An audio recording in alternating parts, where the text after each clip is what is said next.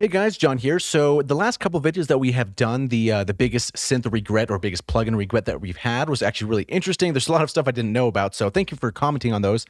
And then the other one, the desert island synth, which is also an interesting topic. And I have a lot of these questions I kind of like asking. It's cool that you guys are interested in that. So for this one, we're going to talk about that concept where people will say, let's stick to your stock plugins only, right? And for the most part, I can understand that mindset where most DAWs nowadays are basically full features and complete. Like you can really just stay in your DAW and make an entire track how you, for the most part, want it to sound and be happy with it. Other people are going to be happy with it as well.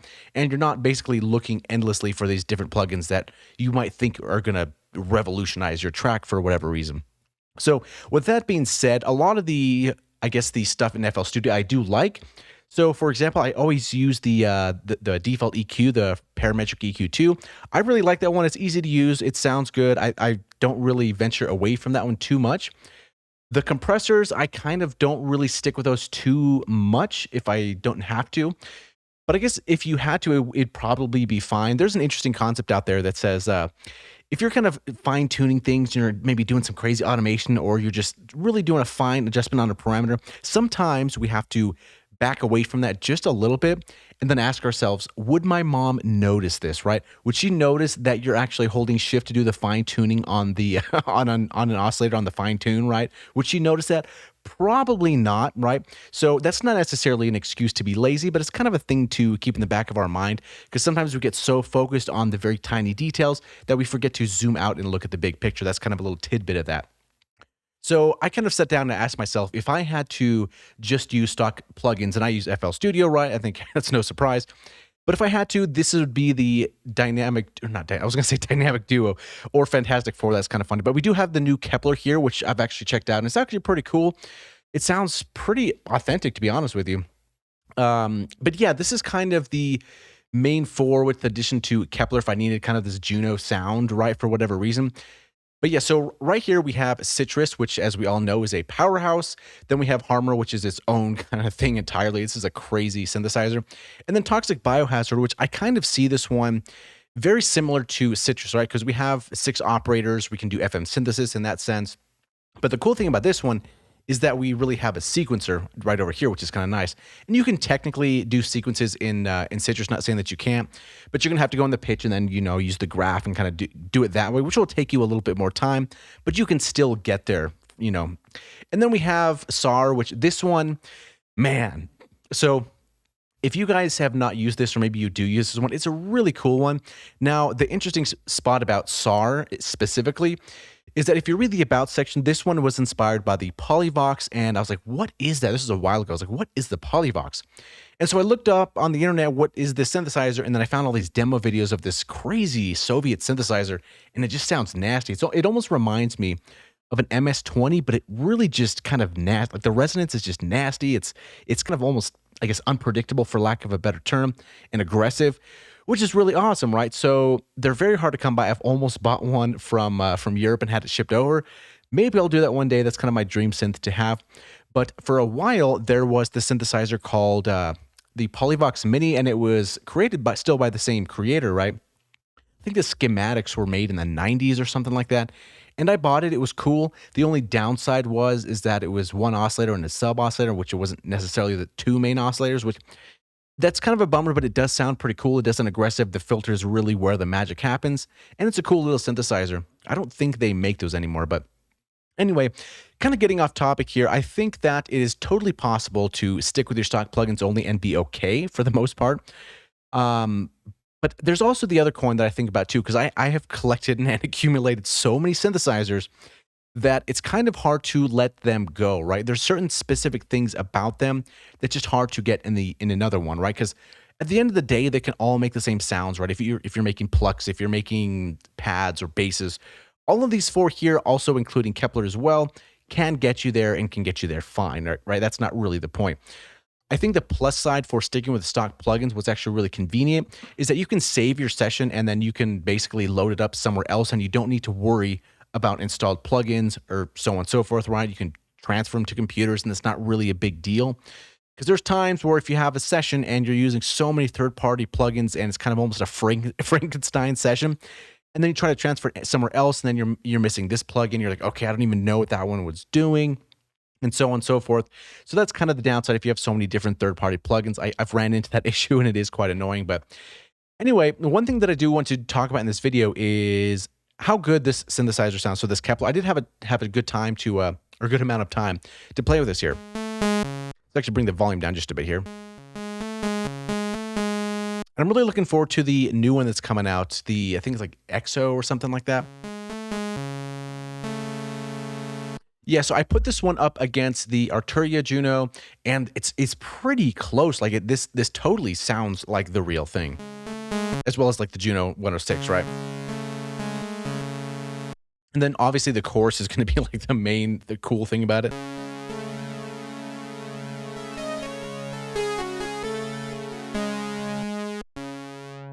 We get some resonance going on here.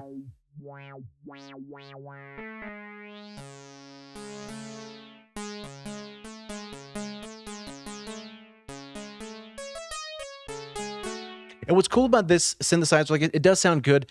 The downside, I think, sometimes of synthesizers, for me at least, when I want to go to find something, right, is in here, I would obviously want to add some reverbs, maybe some delays and stuff like that. And then I'll have to do it on the channel, which is, it's not really that big of a deal. But there's something just nice when you have pretty much a suite of effects kind of built in, and if they're good ones as well. So in this case, if I wanted some reverb, I already have the Lux Verb here.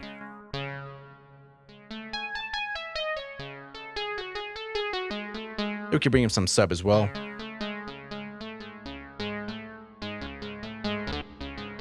And then what's nice, we could do this main arpeggio, but I guess we can do it here. That's fine as well.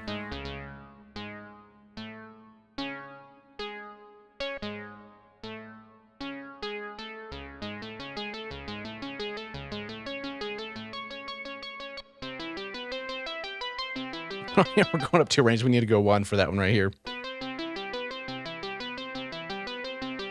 And we need to go up, down as well. I think you know where I'm going with this one.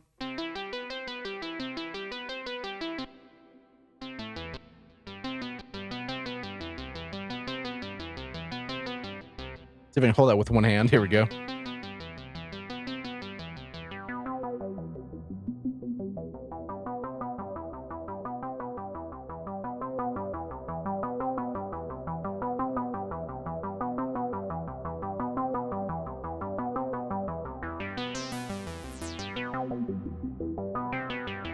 So it does actually sound pretty good.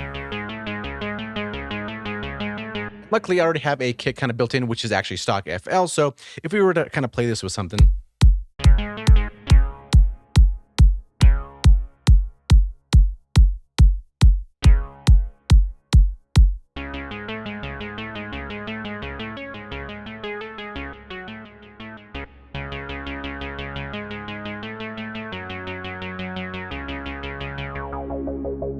See, that sounds kind of nice as well.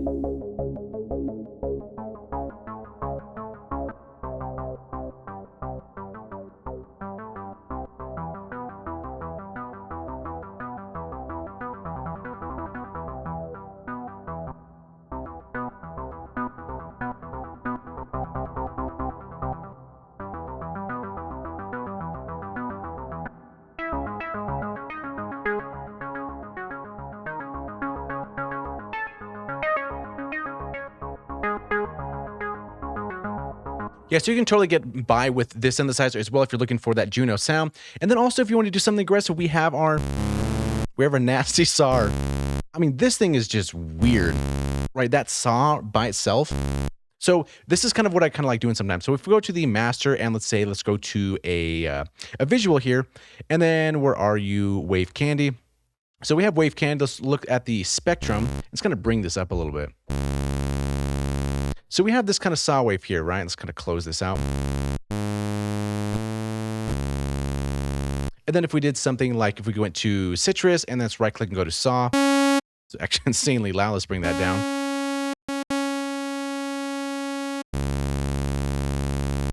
It's also up an octave, so let's bring that down. So go down to 1. It's down 2 octaves. Let's go down to 0.5. There we go.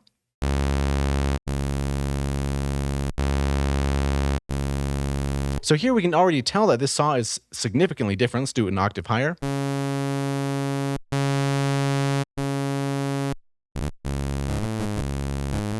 And this saw has an interesting, I guess, ARP, you should say. Like, a lot of the sounds I've done with saw, they're always just kind of gross and kind of just nasty.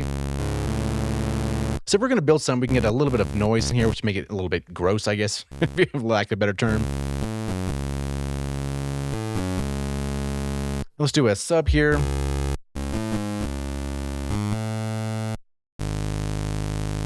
Maybe some unison might be interesting.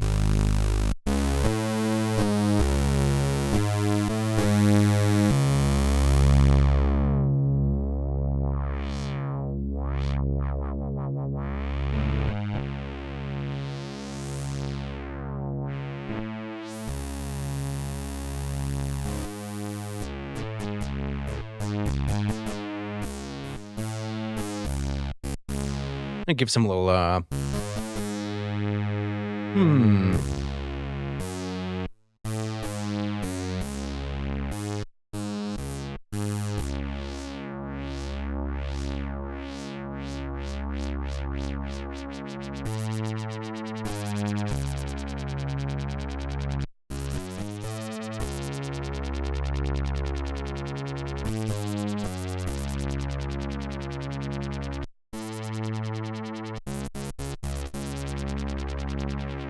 of decrease the LFO a little bit.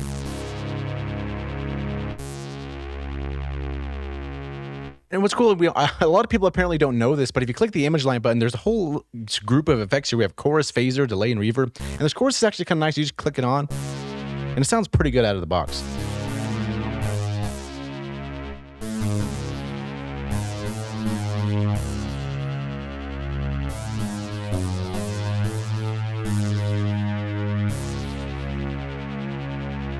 Right, it sounds pretty good. So if we're going to go for an ARP or something like that, so let's go to play, and maybe, I kind of like the 2 octaves because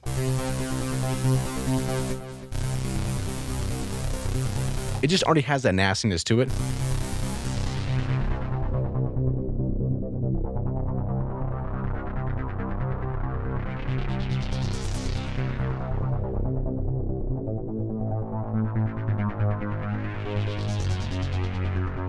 Add a bit of kick drum behind this here.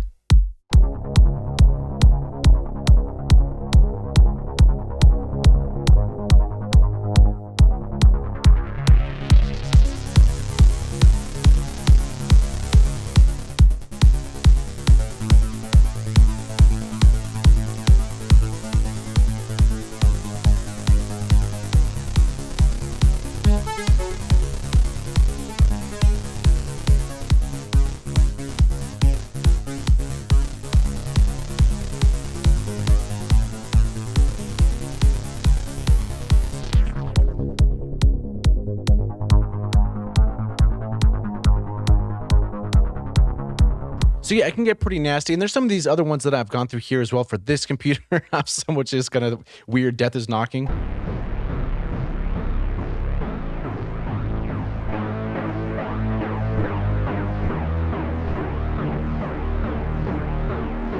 See what else we got here as well. So we have this guy, and then what do we have as well under here? Oh yeah, the lo-fi keys is kind of a good one as well.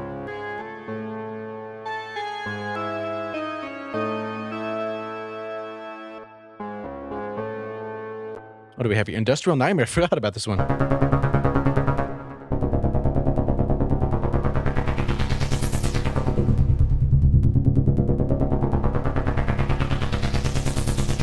So yeah, long story short, you can totally get by with stock plugins only, absolutely. But there's also a lot of cool stuff out there. So like, as on one side, I can totally see how you can stay with stock plugins. That's pretty cool. But then on the other side, there's a lot of cool stuff out there. So one thing that I do wish, and maybe ImageLine will change this at some point, but I like having the synthesizer almost take up my whole screen if I'm looking at it. I really wish I could resize some of these, especially SAR, because it's one that's kind of stolen my heart over the years, as well as the other ones as well. They're kind of all my children, right? Oh, yeah. Bob O'Reilly, that was funny.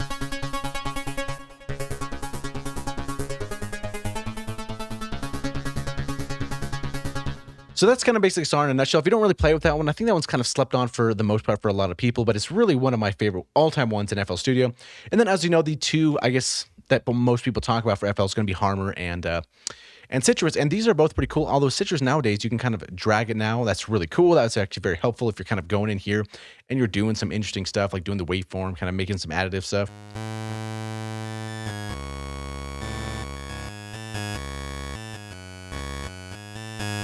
Which is kind of cool in that sense.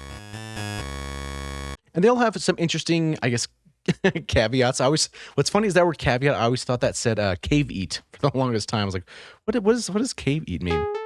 There's also a default subtractive preset, which is actually very helpful if you don't know that. Basically, gets you your first oscillator, it routes it over here. Let's actually close out this this spectrum here. Let's disable that so we don't see this here anymore. So let's see, visible, there we go. So basically, if you didn't know this about Citrus here, if we go to the default subtractive, we basically have our first operator, and it's already routed to the filter, which is routed to the output, which is kind of nice, and we have our filter kind of going on through here, and we have lots of different versions to go through.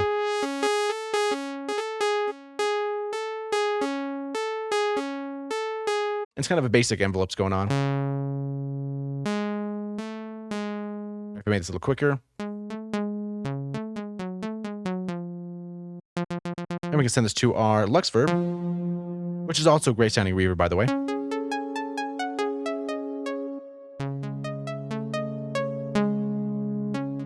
And if we want another oscillator kind of down an octave or something, we can just send the second one as well.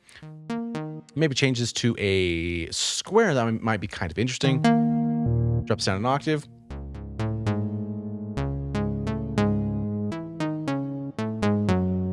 And then we can go here to the arpeggiator, and you know that this one is kind of nice about, especially about FL stuff. You can just do it like a nice arp going downwards.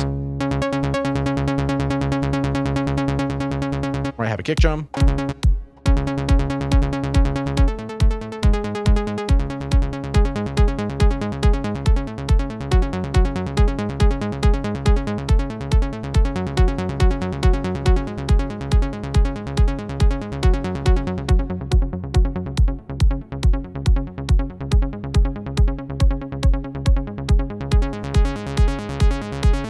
This is also a cool filter as well. This cherry phaser down here.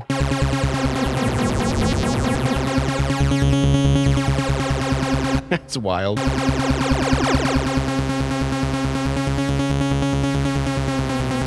And then also as well, one of my favorites too is this mango low pass.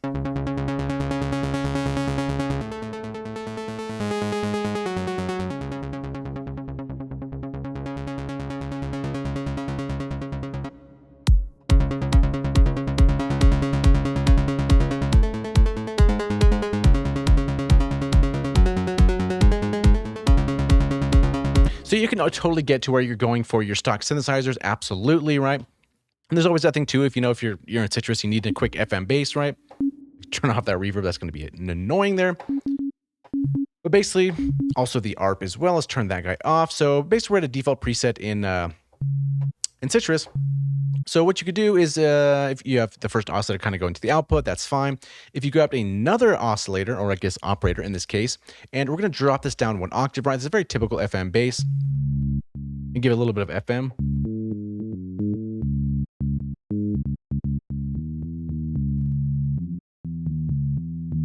And you can see up here at the top how it starts adding these different harmonics, right? So if we double click this here, or right click to turn it off here, we just have that sine wave, and then we got our kind of cool bass sound. Pretty awesome. So that's the cool part about Citrus. It's actually one of my favorite ones of the bunch there. But oh my God, that was loud. Okay, so one of the cool things too also about Toxic Biohazard is the coolest thing I think about this synthesizer, aside from all the other features it has, is the filter, right? So we have one filter, but it is a damn good filter. So we have this guy. We have a sine wave. So let's see what we can do. We can go to probably, oh man, let's go to a saw wave. Obviously, probably the best way to demonstrate this. And maybe we can do some voices of unison, maybe 8.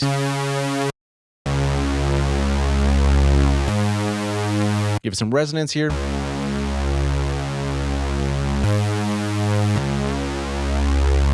Oh, it's off. Good God. I was like, what is wrong with this thing?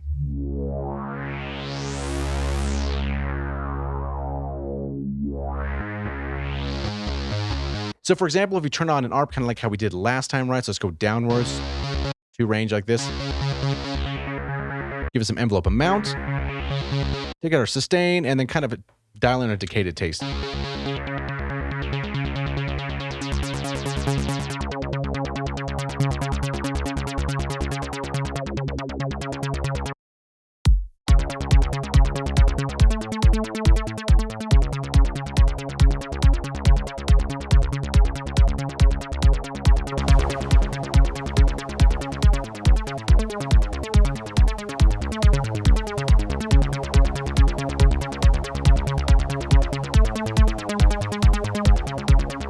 And that's just a little bit of a saw wave with this filter as well. If we even went here and added something like a, maybe a square smooth, this one's kind of nice. Let's turn this guy on.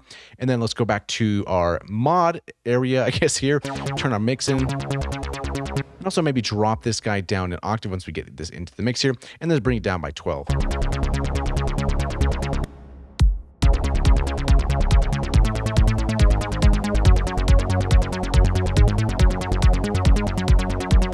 And then I also use the delays quite frequently from FL Studio, which I think they're kind of nice. So let's go and route these to these as well. Maybe something like that might be nice. Let's take a look at this here, what's going on here. So maybe we can bring the level down a little bit, bring the cutoff down.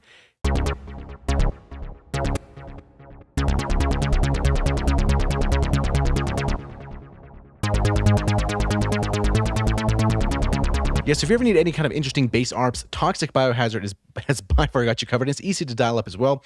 Also, a little nugget of fun here. This drive knob is just juicy.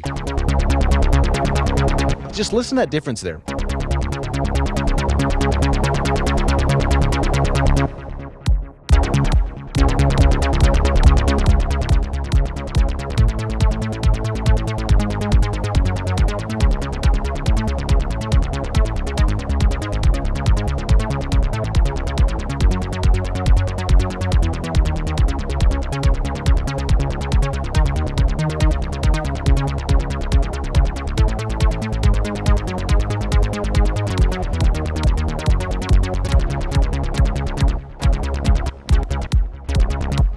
So yeah, this one is really nice and really kind of simplistic to use. It's not too crazy. We do have some interesting effects, right? We have our delay, chorus, reverb, flanger, phaser, and lo-fi, which is available on the other side as well, depending on kind of how you want to do that.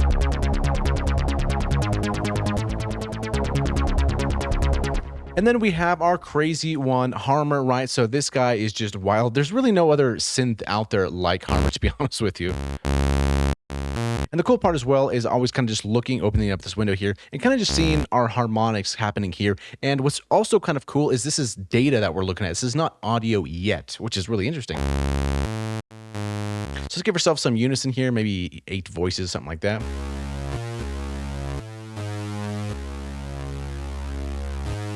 We kind of mix between the two oscillators here.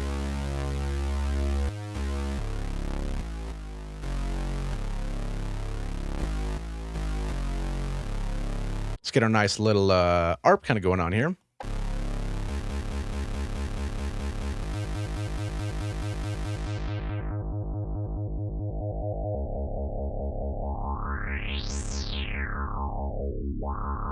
So this one kind of sounds as well. So we can turn on a volume envelope, something kind of like this here. You know, actually what we can do, kind of one of the unique things of Haror. If we go to a default preset here, the cool resonance here, if we go up here to noise, this special one here, it's just like almost a matrixy kind of sound. We put some reverb on this bad boy. We still have our ARP here. Let's go ahead and turn that off for now. Let's hit the X there. And the further away we go here,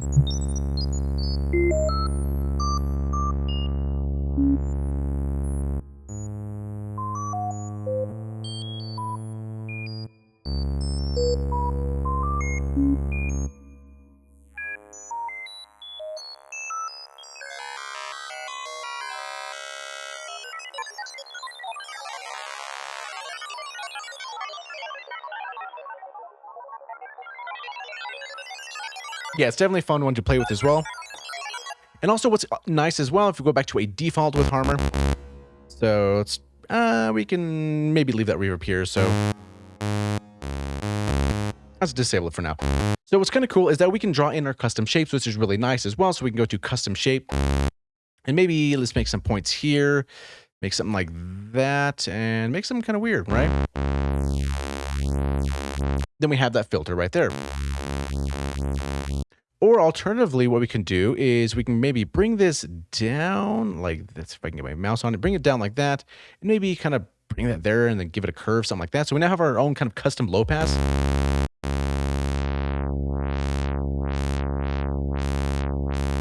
And really showcase that, we can even put another point here, and really just bring this point down like that. So that little hole in there is basically going to be this shape.